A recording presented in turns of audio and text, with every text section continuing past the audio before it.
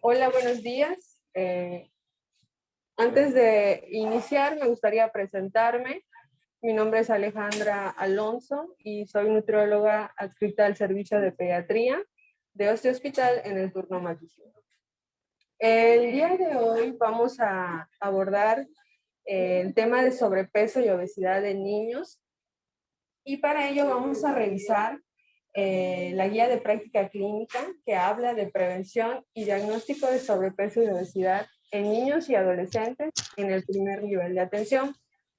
Si bien esta guía de práctica clínica va dirigida hacia el primer nivel de atención, pues es importante que los que trabajamos en este hospital y tenemos contacto con pacientes pediátricos pudiéramos hacer un adecuado diagnóstico de sobrepeso y obesidad si no lo hubiera, y de igual manera, en la medida de lo posible, podamos realizar una adecuada prevención en estos mismos pacientes.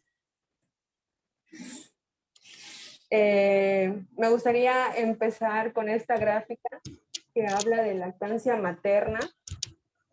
Para mí, quizá la indicación de lactancia materna exclusiva durante los primeros 6 meses de vida es la recomendación más importante para la prevención de sobrepeso y obesidad. Esta gráfica es de la... Otro niño de por allá. Pelo. Nos habla, tenemos Sí.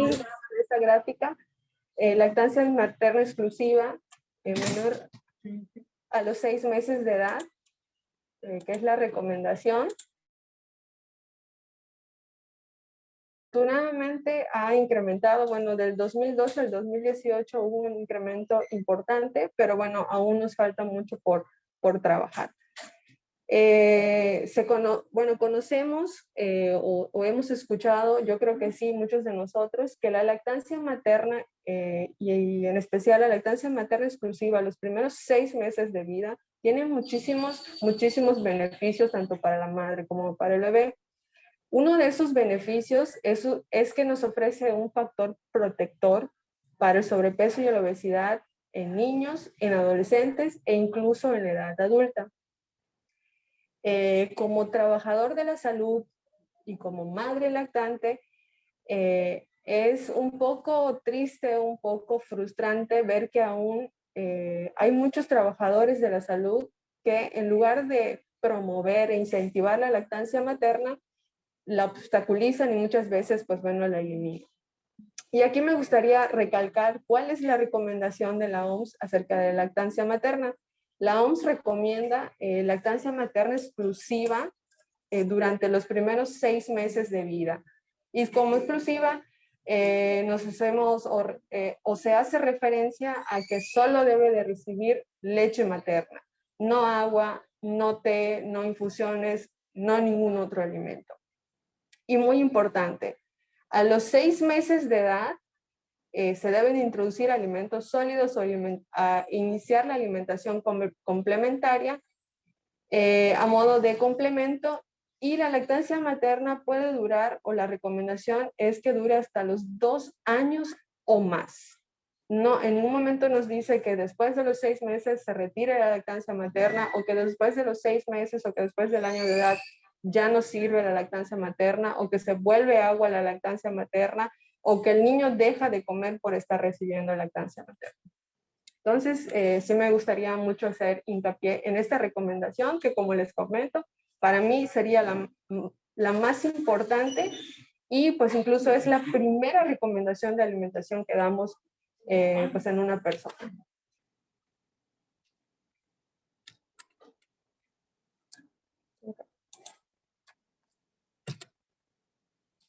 La siguiente gráfica igual nos habla de lactancia materna. Aquí nada más me gustaría mostrar cómo divide en medio rural y urbano, y bueno, pues vemos que en el medio rural es donde tiene más frecuencia, ¿no? Quizá pudiera deberse al nivel económico, puesto que es muchísimo más barato alimentar con lactancia materna a alimentar con una fórmula láctea. Quizá también porque las fórmulas infantiles no hay tanto acceso a ellas, ¿no? Quizá pudiera ser un factor. Y bueno, en estas siguientes gráficas ya nos vamos a, bueno, estas son más recientes, son de la ENSANUD 2020, las últimas. Y pues bueno, en este grupo de edad es un comparativo de prevalencia a nivel nacional. Me gustaría centrarme en este último cuadro donde está el sobrepeso más la obesidad.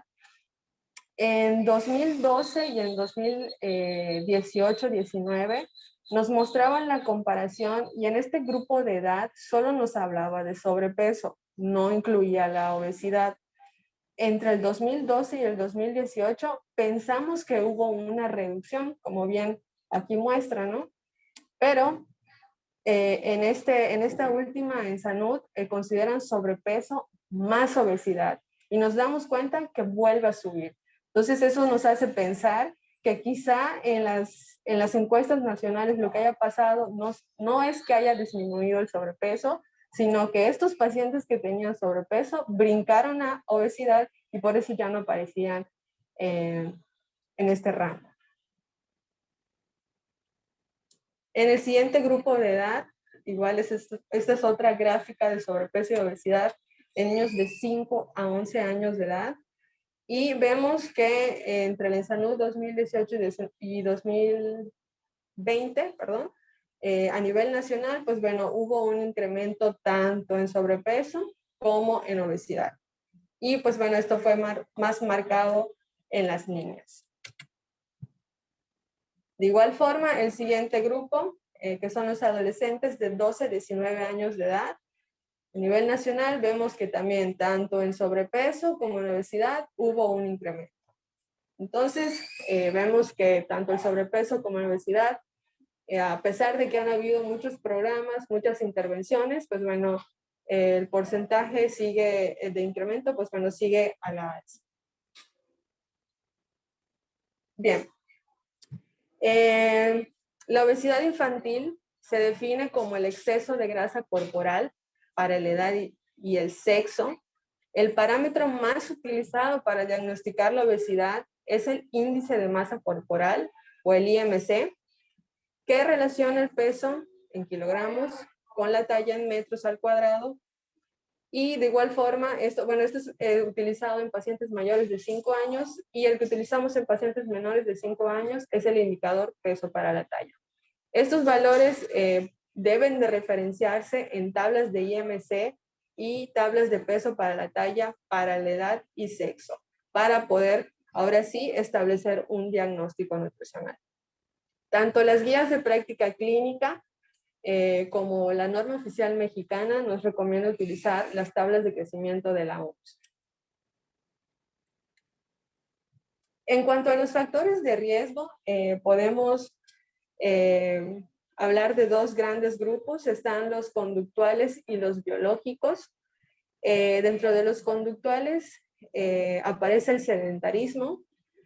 Cada día hay menos actividad física, sobre todo en el entorno o lo que estamos viviendo ahora, ¿no? La pandemia ha hecho que, bueno, el sedentarismo en los niños y adolescentes se incremente muchísimo más, puesto que pasan más de la mitad del día sentados frente a una pantalla.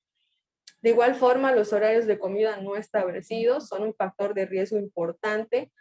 Los hábitos alimentarios inadecuados y el bajo consumo de vegetales y fibra.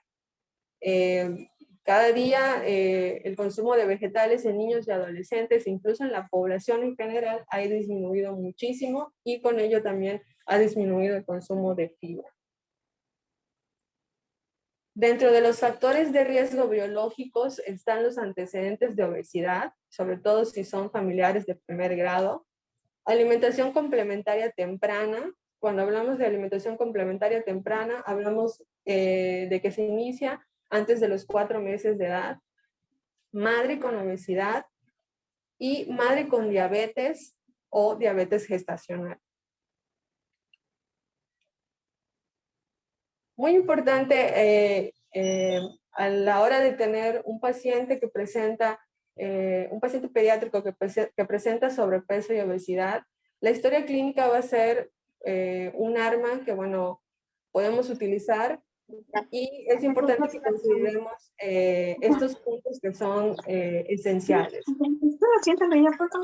investigar antecedentes familiares de obesidad, hipertensión, enfermedades cardiovasculares o cerebrovasculares y dislipidemias. Como les comentaba, es importante saber, sobre todo si se encuentran en familiares de primer grado, y pues bueno, con esto conocer el riesgo que pudiera presentar nuestro paciente. Antecedentes perinatales de peso alto o bajo al nacer, alimentación con leche materna o fórmula láctea. Ya comentamos al principio que la lactancia materna es un factor protector. Edad de inicio de alimentación complementaria y cómo se inició la alimentación complementaria, es decir, con qué tipo de alimentos, con qué calidad de alimentos. Edad de inicio con obesidad. Es muy importante en todos los niños tener una curva de crecimiento e ir identificando en qué punto se fue aumentando el peso del paciente.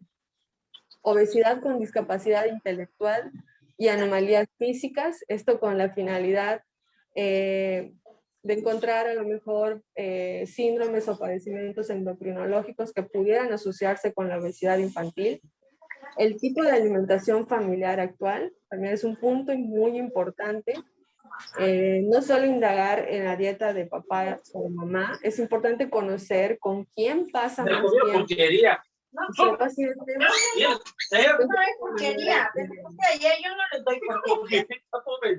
indagar un poquito más de la alimentación de esa persona. El consumo excesivo de carbohidratos simples y grasas, que generalmente sí sucede en estos pacientes. Actividad física, cuántas horas pasa sentado, cuántas horas pasa frente al televisor. Ya no es solo indagar cuántas horas al día ve la tele, sino es importante saber cuántas horas al día además pasa en el celular, en la tableta o en cualquier otro dispositivo electrónico.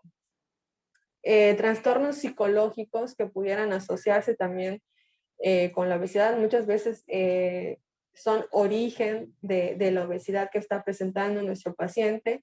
Trastornos de la conducta alimentaria, como pudiera ser bulimia, como pudiera ser trastornos por atracones, y también indagar si hay ronquido con o sin apneas. Bien, para el diagnóstico es importante conocer estos indicadores.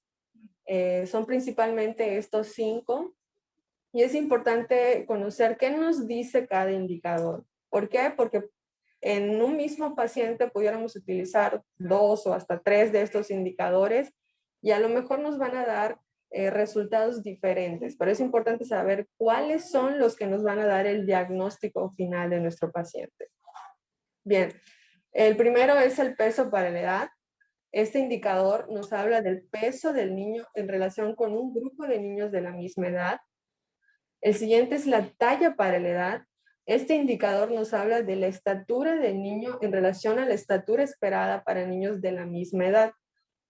El peso para la talla, que este es el primer indicador, es el que nos va a dar el diagnóstico nutricional final en niños menores de 5 años y nos habla del peso del niño en relación a su propia estatura. Y el IMC para la edad, que este es el que nos va a dar el diagnóstico final en niños mayores de 5 años de edad, de igual manera nos habla de la relación del peso del niño en relación con su propia estatura. ¿Por qué estos dos son los que nos van a hacer o nos van a servir para dar el diagnóstico final? Porque son los únicos que comparan solo al niño, compara su peso con su estatura, no los está comparando con otros niños. Y de igual manera, muy importante, la circunferencia de cintura para la edad. Nos habla de la circunferencia de cintura del niño en relación a su edad.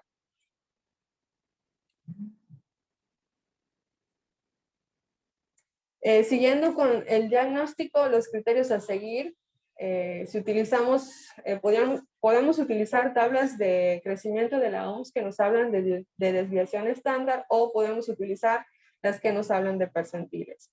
Si utilizamos desviación estándar en niños de 0 a 5 años de edad, como les comenté, utilizamos peso para la estatura y el riesgo de sobrepeso es mayor a una desviación estándar, sobrepeso mayor a 2 y obesidad mayor a 3. En los niños de 5 a 19 años de edad utilizamos las gráficas de IMC. Arriba de una desviación estándar es sobrepeso y arriba de 2 desviaciones estándar es obesidad. Si utilizamos curvas de crecimiento de percentiles, hablamos de sobrepeso cuando hay un percentil o cuando el percentil se encuentra entre el percentil 85, mayor al 85 pero menor al 95, y de obesidad cuando el IMC está en el percentil mayor a 95. Muy importante, la circunferencia de cintura representa el mejor parámetro clínico de obesidad abdominal o troncal. Por lo tanto, pues nos indica el riesgo metabólico en niños y adolescentes y puede ser útil para valorar también el control de peso. Por sí solo no nos da el diagnóstico, es importante de igual manera graficarlo. Aquí a un lado les puse una tabla que nos habla del percentil 75 y el percentil 90, está por edades y también por sexo. Arriba del percentil 90 ya tendríamos un diagnóstico de obesidad troncal o abdominal. ¿Por qué es importante la obesidad abdominal o obesidad troncal? Bueno, ya dijimos que nos va a dar un riesgo de alguna enfermedad o algún padecimiento cardiovascular. Y aquí les puse de ejemplo esta tabla que nos habla de síndrome metabólico. La IDF, son los criterios para síndrome metabólico. La IDF considera la obesidad abdominal como el criterio más importante para diagnosticar síndrome metabólico en niños y adolescentes. Muy importante también considerar al momento de diagnosticar a un paciente pediátrico con sobrepeso y obesidad un perfil de lípidos en ayuno, particularmente en aquellos pacientes que tengan historia familiar de riesgo cardiovascular. De igual forma, debe considerarse la medición de insulina y glucosa en ayuno en los niños y adolescentes obesos, particularmente aquellos con acantosis nigricans e historia familiar de diabetes tipo 2. Otro punto importante a considerar al momento de pedir estos laboratorios y de interpretarlos es que la mayoría de los laboratorios, incluso aquí en el hospital, tenemos los valores de referencia de normalidad de un adulto. Entonces, no siempre nos va a salir marcado como que está alterado un nivel de, por ejemplo, de perfil de lípidos. Pero, pues bueno, en estas gráficas, en esta tabla, perdón, nos habla de cuáles son los valores normales de triglicéridos, de colesterol LDL y HDL en pacientes pediátricos. Y vemos que, por ejemplo, en el grupo de edad de 0 a 9 años de edad, la cantidad o el valor aceptable de triglicéridos que debería de tener este grupo de edad es menor a 75 miligramos por decilitro, que es casi la mitad de lo que debe tener un adulto.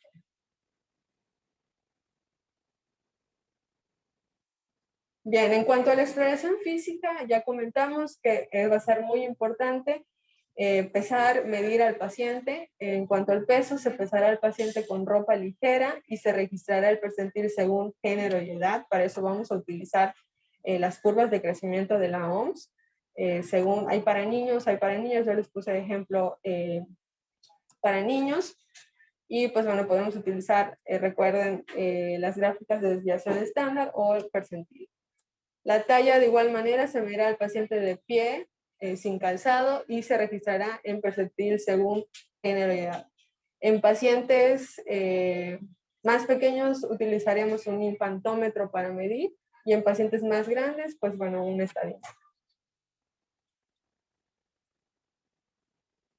En cuanto al índice de masa corporal, de igual forma se registrará el percentil según género y edad, y se calcula, como bien ya habíamos comentado, kilogramos sobre estatura, la estatura en metros al cuadrado. De igual forma se grafica y pues bueno, ahí ya podemos tener el diagnóstico de nuestro paciente.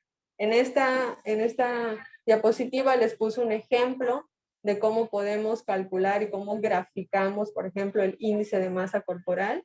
Una niña, el ejemplo es una niña de 7 años, 6 meses, De igual forma, es importante considerar los meses que tenga nuestro paciente, porque al momento de graficarlos no nos pide. No solo considerar la edad en años. Esta paciente tiene un peso de 26 kilogramos y una estatura de 120 centímetros. Si no estoy mal, el resultado, IMC me da 18.05. Entonces lo que tengo que hacer es buscar la edad, 7 años, 2 meses, 6 meses y graficar el resultado que me dio del IMC, que es 18.05. Entonces aquí donde está el punto, el circulito negro, es donde queda graficado mi IMC. Y si nos damos cuenta, está en un percentil arriba del 85, menor del 95, y eso nos indica que nuestra paciente tiene, bueno, que esta paciente del ejemplo tiene un diagnóstico de sobrepeso.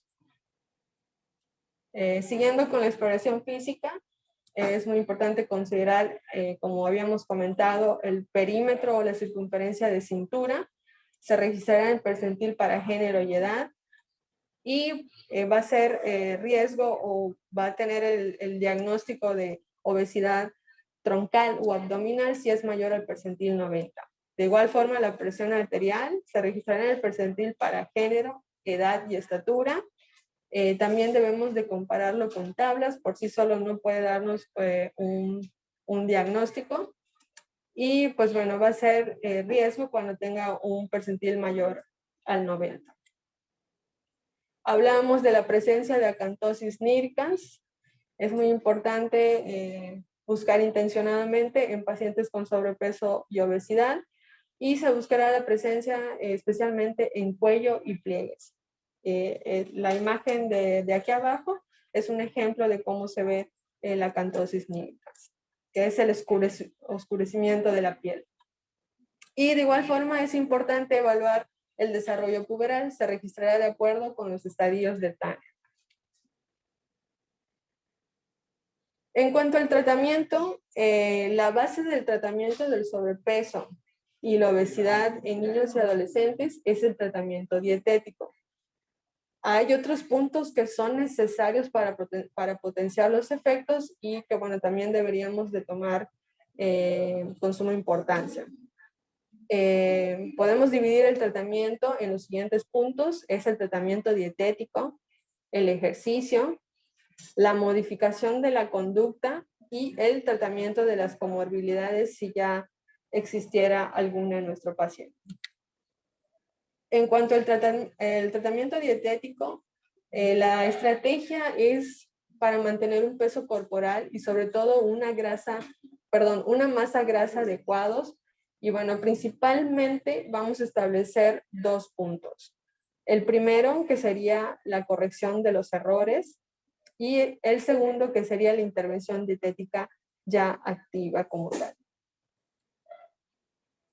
En cuanto a la corrección de errores, abordaríamos principalmente 3 puntos importantes, que son los más frecuentes. Hay que indagar en la ingesta excesiva de grasas y en general en la ingesta excesiva de energía. Excesiva e inadecuada distribución de la energía. Es muy importante ver cuántos tiempos de comida está realizando nuestro paciente, ver si no se está omitiendo algún tiempo de comida. Es muy común que el desayuno no se realice, y pues bueno, está estudiado que el desayuno es una de las comidas más importantes del día. Entonces es importante ver cuántas comidas se está haciendo, si nos está saltando muchas comidas, o sea, a lo mejor la distribución de la energía en esos tiempos de comida pues es excesiva. Y también es importante indagar y corregir la inadecuada selección y preparación de menús. Los alimentos que se ofrecen a los niños, ¿no? O sea, si hablamos de alimentos que son procesados y comprados, generalmente son muy altos o muy densos energéticamente. De igual forma, la preparación de los menús muchas veces son preparaciones que tienen demasiada grasa, demasiado azúcar, entonces es importante tratar de buscar una alternativa y corregir esos errores. En cuanto a la intervención nutricional, se debe realizar una corrección de los errores y si no hubiera resultado, ya tendríamos que efectuar una intervención nutricional activa. En el sobrepeso y la obesidad buscamos, perdón, y en la obesidad leve buscamos que haya que el peso se mantenga y el paciente siga creciendo, ¿no? En la obesidad moderada, ahí sí ya buscamos una restricción calórica moderada. La programación de la misma debe hacerse sobre la base de la encuesta dietética.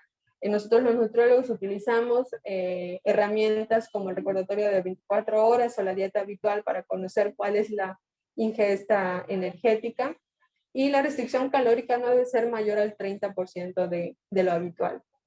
Y siempre es importante considerar los alimentos que le gusten al niño. Es importante no prohibir ni satanizar ningún alimento para que pueda haber un mayor apego al plan de alimentación. Las dietas que son muy restrictivas o que restringen demasiadas calorías han mostrado que, bueno, no han tenido un buen apego y también ha habido problemas con el crecimiento y el desarrollo de nuestros pacientes, que recordemos que en el paciente pediátrico uno de nuestros principales objetivos es mantener un crecimiento un crecimiento y desarrollo adecuado.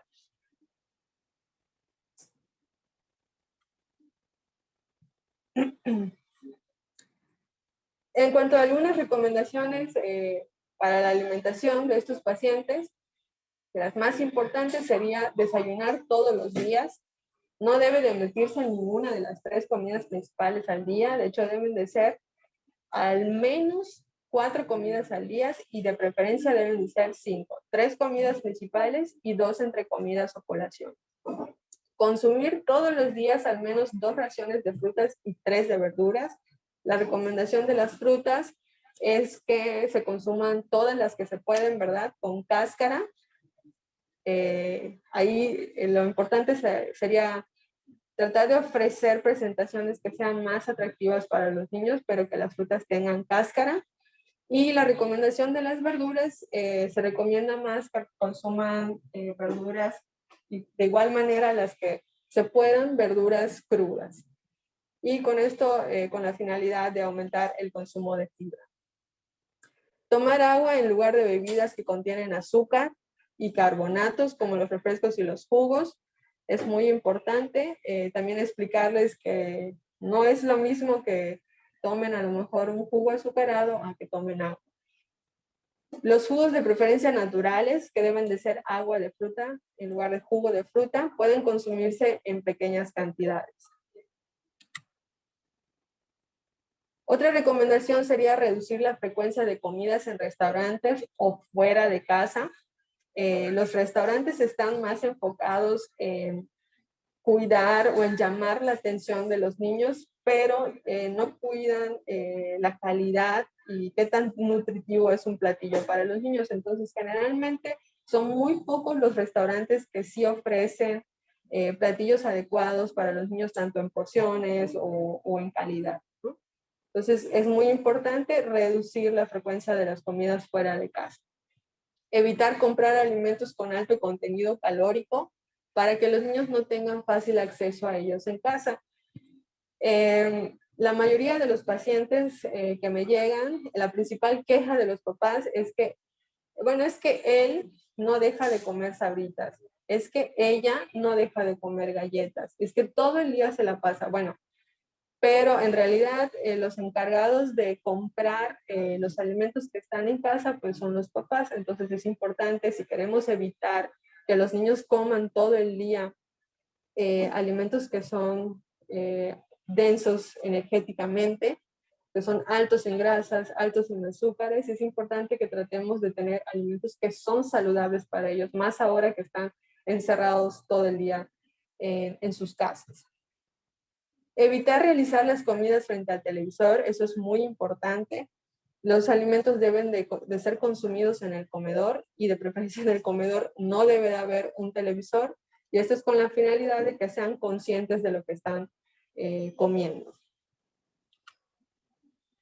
Muy importante también cortar en pequeñas porciones los alimentos, esto con la finalidad de que ellos tengan un mejor manejo de los alimentos, que la presentación se vea mejor. Masticar cada bocado de 20 a 30 ocasiones antes de deglutirlo y servir en platos pequeños, ya que cuando se utilizan platos muy grandes se tiene la impresión de que las raciones de los alimentos pues, son muy pequeñas. Entonces es importante en los niños más pequeños, ¿verdad? Utilizar cubiertos, utilizar vasos, utilizar platos que vayan de acorde a su edad. Cuando el niño o el adolescente se quedan con hambre después de haber consumido sus raciones correspondientes, una opción sería ofrecer 2 raciones extras de vegetales en lugar de servir otra vez la comida o en lugar de limitarlo también. Esta situación es muy frecuente al inicio de los cambios de estilo de vida y esto es porque hay niveles de insulina elevados y pues bueno, esto les produce mayor apetito. Otro punto importante que hablábamos en el tratamiento es el ejercicio. Los beneficios del ejercicio, dentro de ellos se encuentra reducir la cantidad de grasa corporal sin modificar la velocidad del crecimiento y desarrollo del niño. Evita a largo plazo la aparición de componentes del síndrome metabólico, que es lo que quisiéramos evitar en todos los niños con sobrepeso y obesidad, y permite disminuir el peso o mantener. Actualmente hay recomendaciones de actividad física para niños desde los 0 meses de edad.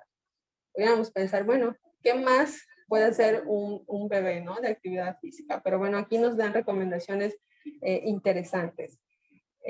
Los niños de 0 a 12 meses de edad deben de interactuar con sus padres cuidadores en las actividades físicas diarias que están dedicadas a explorar movimientos y el entorno. Los padres cuidadores deben poner a los niños en escenarios que motiven y estimulen experiencias de movimiento y jugar de forma activa por periodos cortos varias veces al día. La actividad física de los niños de este rango de edad debe promover el desarrollo de habilidades de movimiento, de preferencia como juego activo. Entonces, todas estas recomendaciones buscan también tener un adecuado desarrollo motriz, ¿no? Pero es importante que sí recordemos, porque muchas veces pensamos en un paciente lactante y bueno, pensamos en que debe nada más comer y dormir, ¿no? Entonces, desde esa edad es importante empezar a crear hábitos de actividad física. De igual forma, hay recomendaciones de actividad física para niños de 13 a 36 meses de edad, que es a partir más o menos del año de edad. Deben realizar al menos 30 minutos de actividad física estructurada al día y de preferencia esto debe ser en forma de juego activo. Pero bueno, aquí ya vemos que a partir del año de edad los niños ya deberían de realizar al menos 30 minutos de actividad física. Y bueno, podemos decir o podemos pensar, no, es que se la pasa brincando, es que se la pasa bailando. No, debemos de considerar que debe ser de preferencia actividad física estructurada. De igual forma deben de realizar, además de esos 30 minutos, 60 minutos o hasta varias horas al día de actividad física no estructurada. Y muy importante, no deben de permanecer sedentarios por más de 60 minutos a la vez, con excepción de, bueno, cuando los pacientes o los niños duermen.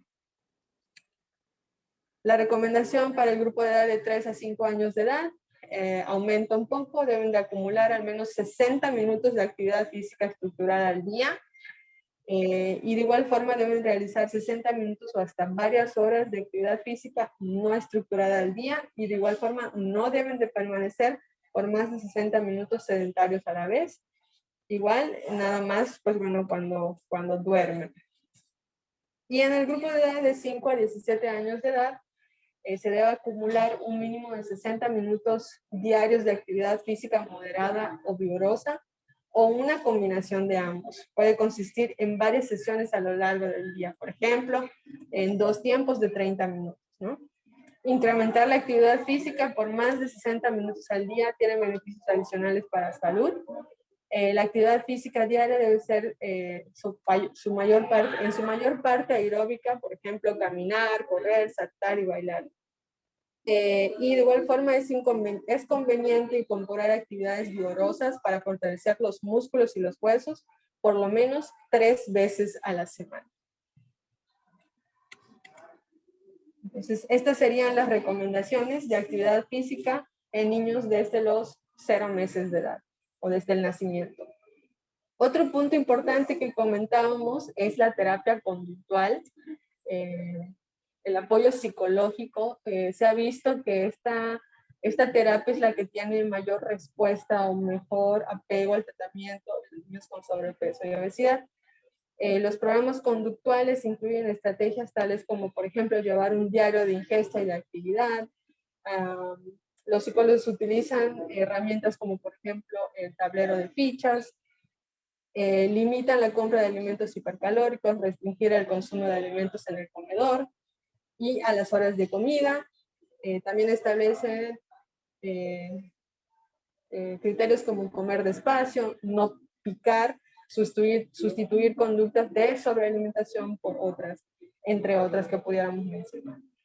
Cuando el programa conductual y en sí el programa en general se implican los padres o los responsables del cuidado del niño, o sea, los incluimos como tal también en nuestro programa, la reducción de peso es muchísimo mayor, el apego es muchísimo mayor y la tasa de abandono es menor que cuando solo se trabaja con el niño o el adolescente.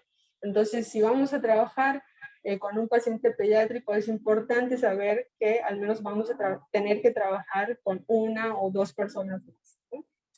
Que en este caso serían los padres o los cuidadores de nuestro paciente.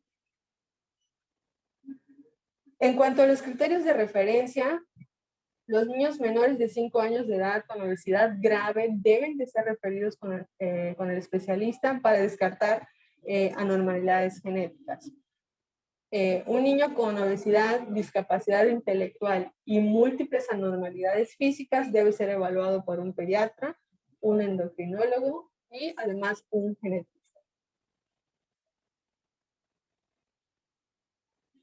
Y bueno, para finalizar, me gustaría mostrarles esta gráfica que nos habla de el desarrollo de enfermedades crónicas no transmisibles, y hablamos en nuestra plática de que es importante prevenir quizá el sobrepeso y la obesidad desde la infancia, ¿no? Pero aquí vemos que a lo mejor nos estamos equivocando porque deberíamos de empezar a prevenir desde la vida fetal. Entonces, aquí nos habla de cómo se van desarrollando las enfermedades crónicas y vemos que en la vida fetal tiene importancia la nutrición de la madre, el crecimiento fetal, el nivel socioeconómico al nacer. En los niños, la tasa de crecimiento, la lactancia materna, muy importante, de la cual hablábamos, las enfermedades infecciosas, la dieta que presenta nuestro paciente y sobre todo si es inadecuada, la falta de actividad física, la presencia de la obesidad y el nivel socioeconómico de igual manera. En la adolescencia, el tabaquismo, el consumo de alcohol, las enfermedades infecciosas, de igual forma la dieta inadecuada, la falta de actividad física y la presencia de obesidad.